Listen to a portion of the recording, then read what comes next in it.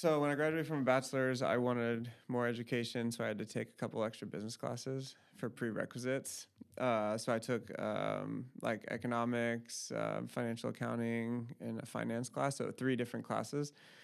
And so I was just grinding those classes away, and then I was running a nonprofit all during this time. And that nonprofit is This was Inspire One okay. that I started in 2015. And what does Inspire One do? So we would recruit people here, and they want to go and travel and do like volunteerism. So like volunteer and also like experience another country. We partnered with grassroots organizations in Peru and Uganda. So in a span of 5 years, we sent 31 people to Peru and Uganda, primarily Uganda. And we worked with village groups and did whatever they needed at the time, whatever projects they had going on. We just kind of jumped in and helped them out. Awesome. So you had your own experience in Uganda. Was this after your bachelor's, after you graduated? Yeah, no, this was all during like CR and during my bachelor's. Ah, okay. Yeah. Tell me about that experience. How long were you there, and what was what did you mostly do while you were in that country? Yeah, so I first went with a different organization before I started my own, but we partnered with this local group called Village Support Network in Bukwe, Uganda. So it's like Eastern Africa, by the source of the Nile River. So where the Nile River starts in Lake Victoria, it's like right near there. So I go there and I volunteer. I got super, motivated to do more with my like giving back and volunteering with my time on this earth. So I was like, okay, I'm going to go back, start a nonprofit, and then take people here so they can also get inspired. And that's why I call it Inspire One. Because I was like, man, I just got to inspire one person, and then they can go and make a big impact. Like, I know I'm going to make a big impact, but if I can just like inspire one other person, then that would be like critical. So that was like the basis of the name of it. So after 31 people, like there was like one person that like really did, like, I feel like expand like my vision into like his world of just like giving back and doing like so much good. Shout out Justin Furtado. He's just a goat in his community now that he's made down in LA. But so super motivated from volunteering there. Came back here, started a nonprofit myself, recruited, brought volunteers every summer from like 7 to 9 people. Trips, super fun. Worked with the village group called Village Support Network, who I originally met when I went there first, and like women's groups were out there that we were partnering with. School of orphans. It was like 80 kids at first, but after the 5-year span, we ended up installing a roof, a rainwater catchment system, building a fence. Soccer balls weren't flying in the streets, and kids weren't getting hit by cars anymore. So like helped out a lot. Now there's like 100 kids, and like have a chef, and yeah, the school is doing well. Ended up purchasing the school for the village. Whoa, really? Yeah, did a GoFundMe, raised 13,000, bought the school, gave it to them. So that was like the exit. It was like, That's awesome. I have a personal life goal that I recently put for myself, and that is see all 7 continents before I die. Nice. So Yeah. it's like a bucket list goal. dude, sweet. Yes. And so I got 5. Let's go. Yeah, nice. I want to do that, and the way you did it, going and helping other people, volunteering is a really beautiful way to explore the world and see other places. Yeah. So you go on this journey and you experience what I could only imagine to be one of the wildest experiences you've had in your life. Oh yeah. Going across to the other side of the planet, living there for an extended period of time. Yeah. Eventually, you come back to the States, and after that experience, was your perspective and outlook on life different? What was different about your life after that experience compared to your life before? Yeah, that's like a really good question. Well, I had just like it was overwhelming gratitude, like just every day, like living. From what I saw over there and from how people experience life was so far from what I experienced life here. So I just had like just immense gratitude like every day here, and I still feel that. I still think of those kids over there. I still think of the families. I get emotional just thinking about them, and like from experiencing something so impactful, you kind of just bring that with you like day to day. So I just like bring gratitude with me day to day.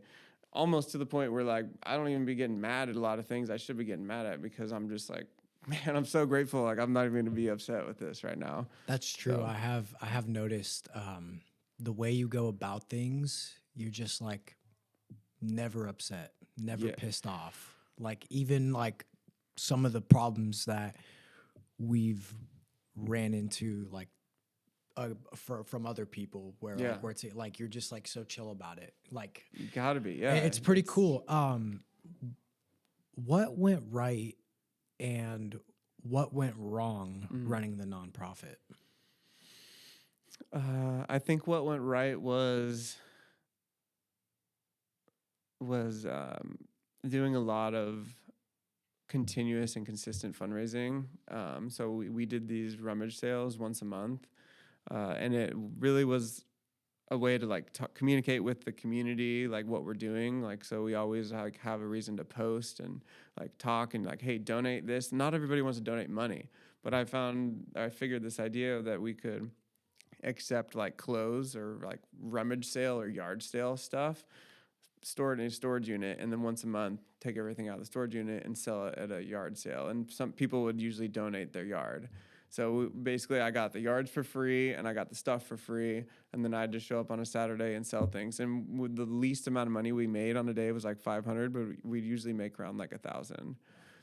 So once a month we can make 1,000. So we're $12,000, earning a year on just these rummage sales, just getting like random things donated for free. I think that was something we did right, was just consistently doing a fundraiser that didn't burn everybody out. Like I couldn't burn out my volunteers.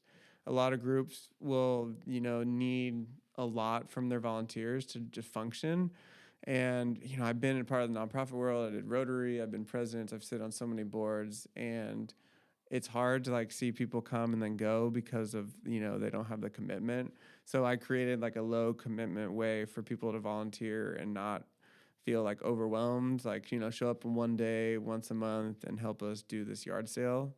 And you get a whole bunch of free clothes, or like you pick whatever you want for free. So that went right.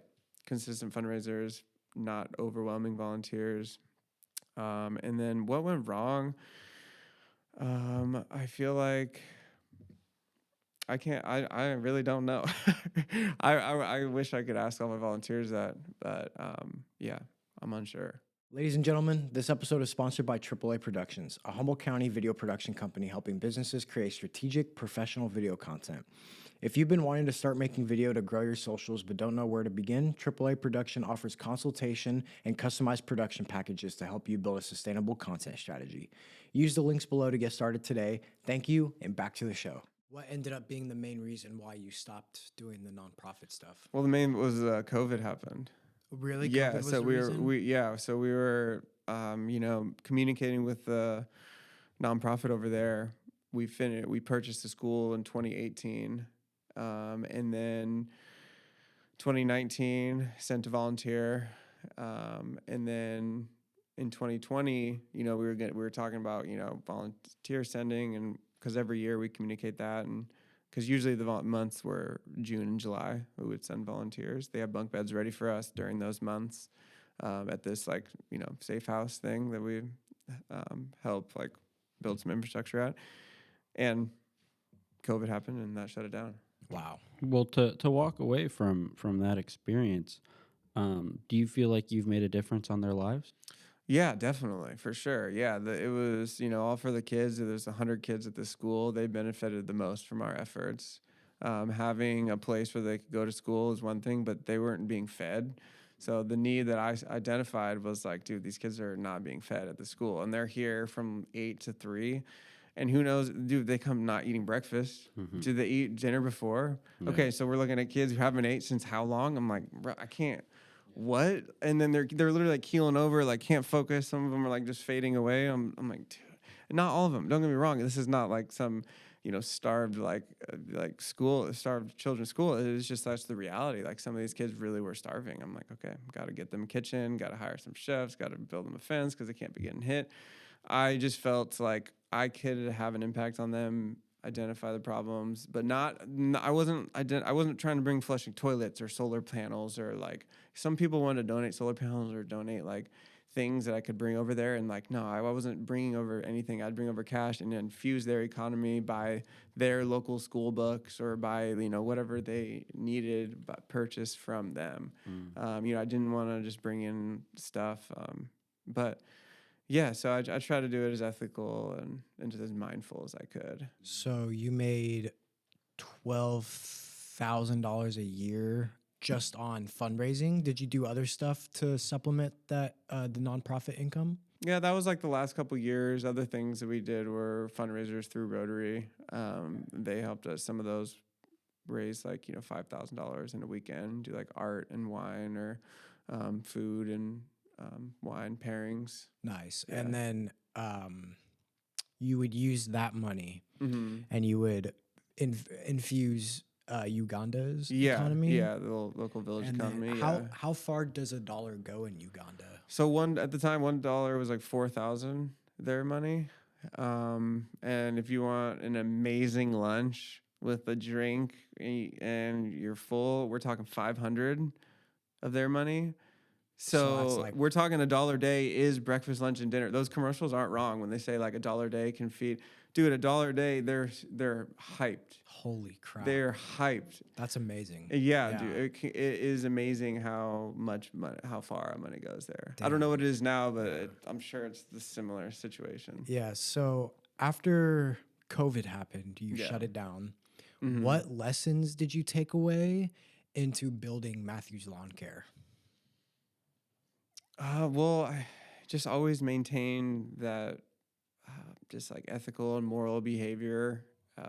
I started off in business as a nonprofit person, and I want to always be mindful of the world and my footprint and the trail I leave. Like one thing I learned in recreation administration, which I always like take with me, is the SLUG Attitude, which is SLUG it's an acronym, stands for slow down, leave a trail, unearth the value, and go play. So sometimes you need to slow down, but sometimes you need to go play, and sometimes you need to like unearth the value. Unearthing value, that's like sometimes you're the bug or sometimes you're the windshield. Like sometimes like you're having a good day and sometimes you're not, but like there's always, something valuable to take out away from the situation. So I try to just like keep these things that I've done in life, just keep the lessons like close with me and just trying to keep leveling up.